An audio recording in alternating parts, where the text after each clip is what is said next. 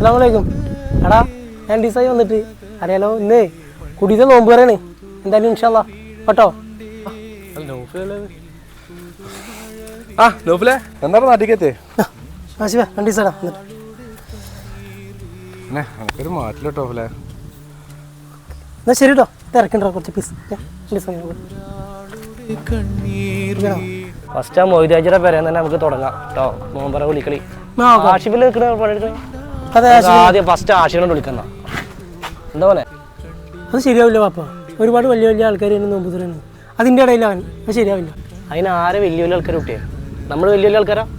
പണ്ട് പട്ടിണിയും പരിവൊക്കെ ആയിട്ട് കിടക്കുന്ന കാലത്ത് എനിക്ക് വിസ കിട്ടിയപ്പോൾ അതിൻ്റെ പൈസ കൊടുത്ത് ഓൻ്റെ വാപ്പയാണ്. ആ വിസ വന്ന ആർക്കാണ്? ഓനിക്കാണ്. അപ്പോൾ ഓൻ പറഞ്ഞ് നമ്മളെക്കാട്ടി കഷ്ടപ്പാട് ഒരുക്കണമെന്ന്. എന്നിട്ട് അങ്ങനെ തന്നാണ് എനിക്ക് വിസ.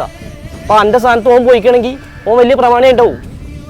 കുട്ടിയെ ഒരിക്കലും വന്ന വഴി മറക്കരുത് കേട്ടോ. പടച്ചാൻ പൊറുക്കാത്ത കാര്യമാണ്. ഞാൻ ഓനെ വിളിച്ചു വരാം. അന്ന് വൈകിട്ട് പെരയിൽ നോമ്പറക്കലാണ്. അപ്പോൾ ഈ ഇമ്മാനി ഇപ്പാനി കൂട്ടിയിട്ട് പോവാം. ഓക്കെ മറക്കരുത് കേട്ടോ. ഇല്ല.